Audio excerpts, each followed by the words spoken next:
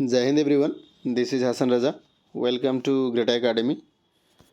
We have really a very interesting topic today, and that is SAARC countries. That is SAARC countries. So today, one by one, we will discuss what is SAARC countries, its history and development. We will talk about its member countries. We will discuss about its aims and objectives and what significance it have for India, its challenges, many more maps, as well as I have an interesting trick for the member nations which will be helpful for you. So let's move. So here you can see SAARC stands for south Asian association for regional cooperation. ये वाले part को total अच्छे से ध्यान दीजिए. South Asian association for regional cooperation. So what is regional cooperation? Regional cooperation simply refers to the political and institutional mechanisms that countries in a general geographical area devise to find and strengthen common interest as well as promoting their national interest through mutual cooperation dialogue. That means अगर हम इसको हिंदी में बताएंगे पूरा एक ही word में simple में, क्षेत्रीय सहयोग. क्षेत्रीय सहयोग. तो क्षेत्रीय सहयोग की बात कर रहे हैं कहाँ की? साउथ एशियन कंट्रीज़ की. तो हम देख लेते हैं साउथ एशिया कहाँ है. देखो, this is globe, this is the map of South Asia and ये है हमारा प्यारा भारत. तो हम इस वाली पार्ट की बात कर रहे हैं. ये जो सेकंड वाली मैप में आप देख रहे हो, ये वाली, ये टोटल है साउथ एशिया. हम इसके रीजनल कोऑपरेशन की बात कर रहे हैं. आई होप कि आपको समझ में आ गया होगा. Then look, it's an intergovernmental organisation for the development of economic and regional integration. आप समझ गए होंगे. देन इट्स एस्टैब्लिश इन, कब हुआ था? 8 दिसंबर, 8 दिसंबर को हुआ था 1985. ये आप याद रखिएगा. 1985 में हुआ था 1985. And its headquarter is in Kathmandu. Where is Kathmandu? Kathmandu is Nepal. Okay, तो हम ये मैप तो डिस्कस कर चुके हैं. Then exactly initially it has only 7 member countries. Okay. Then Afghanistan joined in 2007. ये इस्टेब्लिश हुआ था कब? 1885. अफगानिस्तान ज्वाइन किया 2007 में. तो 7 कंट्रीज पहले थे. Then presently it has 8 member countries, यानी 8 मेंबर एसोसिएशन आप बता सकते हैं. Okay. And first secretary general of SAARC was Abdul Hasan. Again he was from Bangladesh. Then we will discuss about the member countries one by one. So what are the member countries of SAARC? First is Maldives, Bangladesh, Bhutan, Sri Lanka, Pakistan, Afghanistan, India and Nepal. हमेशा की तरह India bold में है. Okay, गर्व से लिखते हैं India. सो member countries 8 हैं.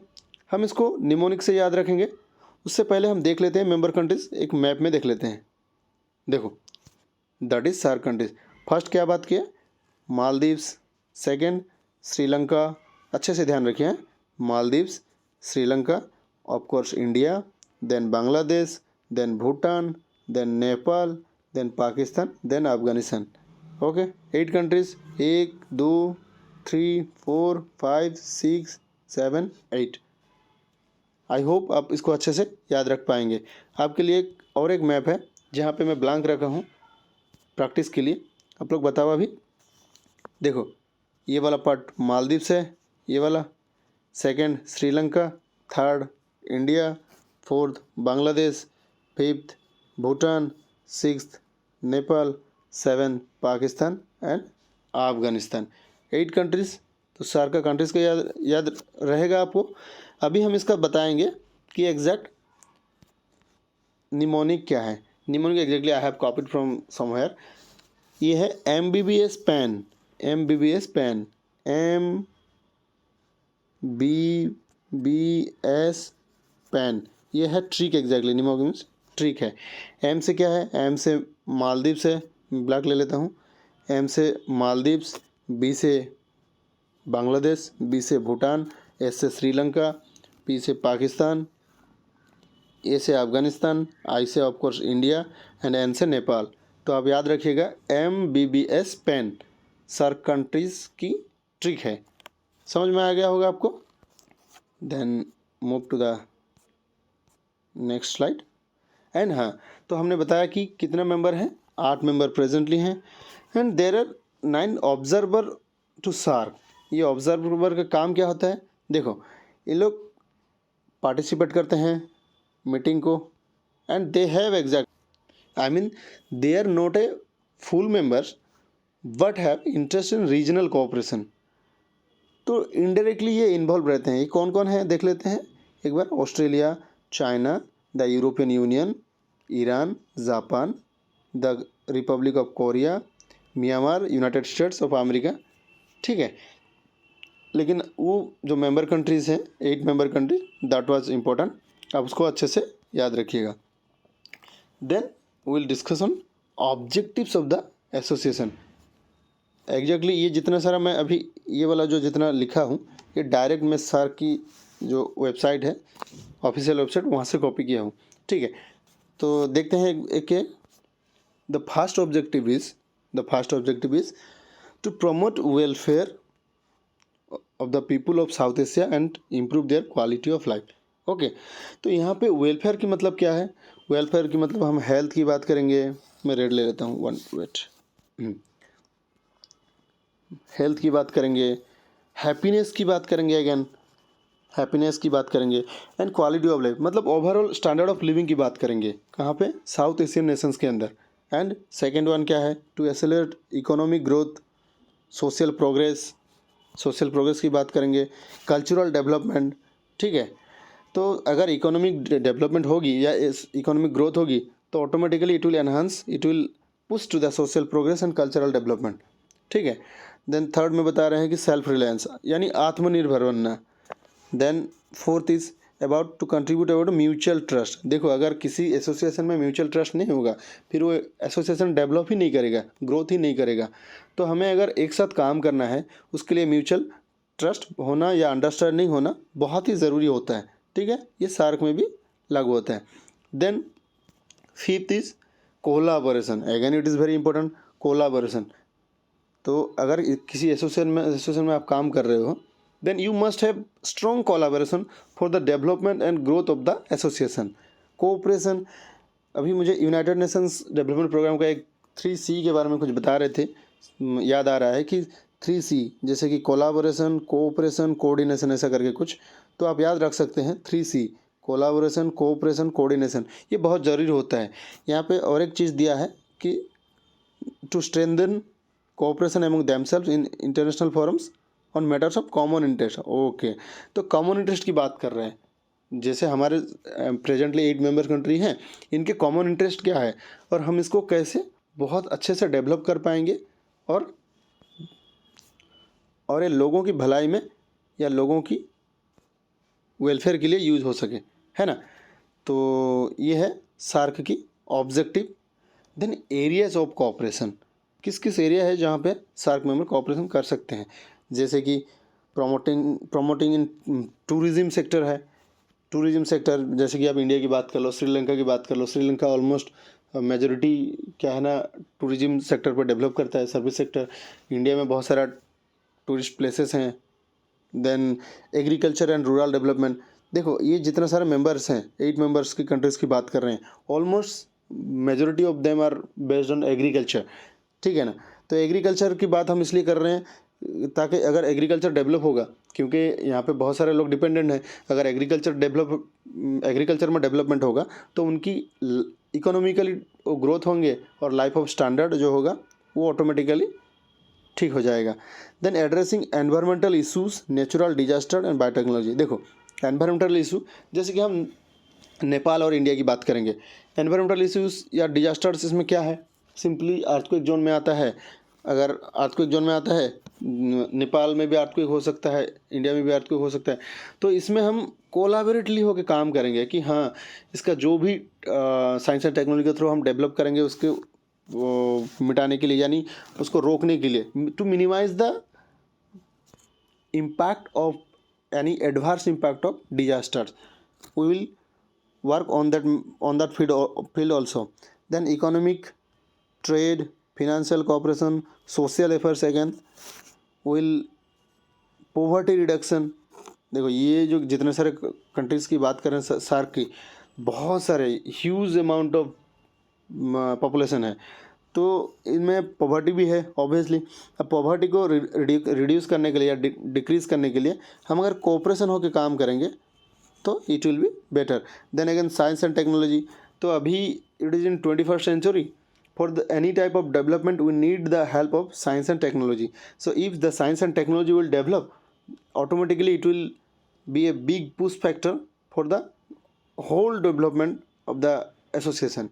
And again education, security, cultural exchange. तो एजुकेशन की बात हम इसलिए करते हैं क्योंकि एजुकेशन के बिना कुछ भी नहीं है. Because if you don't know the exact problems of the other nations, then it will be little bit tough to develop. अगर हम एजुकेशन से मुझे याद आता है नेल्सन मंडेला जी का एक कोटेशन था कि education is the most powerful weapon which you can use to change the world. It's really very highlighting quote जो यहाँ पे यूज़ होता है. तो हम एरियाज ऑफ कॉपरेशन में देखें, पहले क्या देखें, टूरिज़्म की बात बोले, एग्रीकल्चर की बात बोले, रूरल डेवलपमेंट की बात बोले, एनवायरमेंटल इश्यूज़ की बात बोले, नेचुरल डिजास्टर की बात बोले, बायोटेक्नोलॉजी. तो आप इसको याद रखिएगा. Okay. Then specialise body, SAARC की स्पेशलाइज बॉडी क्या क्या है देखिए, एक एक करके देखते हैं. साउथ एशियन यूनिवर्सिटी SOU, ये इंडिया में है एक्चुअली. ये 2010 में इस्टेब्लिश हुआ था. साउथ एशियन यूनिवर्सिटी दिल्ली में है. Then South Asian regional standard organisation, ये ढाका में है. ये एक्चुअली कोऑपरेशन डेवलपमेंट की बात करते हैं. Then SAARC development fund, again it is in Bhutan. Then SAARC association council, SAARCO, it is in Pakistan. Then move to the next topic. Okay. Significance of SAARC for India, it's very important. इसको अच्छे से समझना. देखो, neighbourhood first point is neighbourhood first. Then geostrategic significance, अगर हमें China को counter करना है, यानी हमें इन द सेंस इंडिया को अगर चाइना को काउंटर करना है, तो ये सारे कंट्रीज़ जो हम 8 कंट्रीज़ की बात बताएं, इनसे करीबी भी मतलब उनसे अच्छा नाता रखना, अच्छा रिश्ता रखना बहुत ही ज़रूरी होता है. ओके. देन रीजनल स्टेबिलिटी कैसे बनेगा? By creating mutual trust and peace within the region. अगर म्यूचुअल ट्रस्ट नहीं है तो फिर डेवलपमेंट की बात मतलब बहुत दूर रह जाती है. Then global leadership role, it offers India ये प्लेटफॉर्म. ऑब्वियसली यहाँ पे क्या होता है ना, इंडिया को एक अच्छा प्लेटफॉर्म देता है जहाँ पे इंडिया अपने ग्लोबल रोल साबित कर सकता है as a big brother. Like Modi ji के नेतृत्व में बहुत सारे अभी तो इंटरनेशनल रिलेशन में डेवलपमेंट नो डाउट बहुत ही हुआ है. सो इंडिया दिखा सकता है कि we can be a global leader, global south leader बता सकते हैं. Then Indian act east policy by linking South Asian economics, ये इंडिया का जो एक्ट ईस्ट पॉलिसी है उसमें भी मदद करता है. आई होप आप समझे होंगे.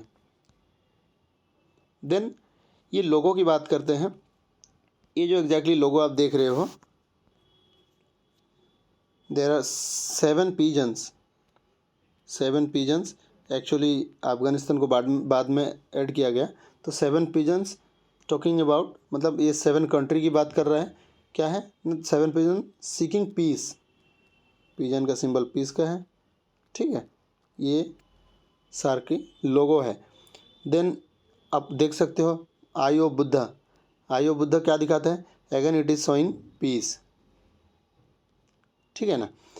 Then there are 2 hands exactly, ये जो हाथ देख रहे हो 2 hand, it is for the friendship and goodwill. It symbolise friendship and goodwill. 2 हाथ जो है फ्रेंडशिप एंड गुडविल को सिम्बलाइज करता है.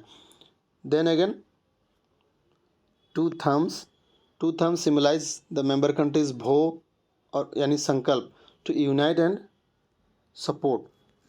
तो आप इस लोगों को अच्छे से देख लीजिएगा, मैं एक बार क्लियर कर देता हूँ. ठीक है, ये पीस की बात करता है, कोऑपरेशन की बात करता है, फ्रेंडशिप की बात करता है ना. सो देन चैलेंजेस की बात करेंगे. चैलेंज का मैं स्लाइड नहीं लगाया. चैलेंज की बात करेंगे. According to our brave and great foreign minister S Jaishankar, he was saying कि इंडिया जो इंडिया के अगेंस्ट में जो पाकिस्तान टेररिज्म एक्टिविटीज़ करता रहता है, so some issues are there like cross border terrorism, obstructing trade, blocking connectivity. These all are the issues which work as a barrier, become a barrier for the development of SAARC countries, yes, SAARC nations. Exactly, India's proposal of COVID-19 emergency fund was given positive response by SAARC members within days, but within days all the countries contributed to it voluntarily. सब ने दिया, but except the Pakistan. मैं the Pakistan इसलिए बोल रहा हूँ because ये एक कंट्री है जो बहुत ही यूनिक है, इनकी हरकतों की वजह से जाने जाते हैं. सो सब ने एमरजेंसी फंड में कोविड-19 के पैसे दिए हैं, वॉलंटरली डोनेट किए, सिवाय इस कंट्री के. And there are other issues like due to geopolitical conflict between India की बात करो, वेट, हाँ, India, Pakistan and situation in Afghanistan, the organization has been suspended very long time, and India currently cooperates with its eastern neighbor through BIMSTEC. I will discuss on separate video about BIMSTEC. So that's all for today.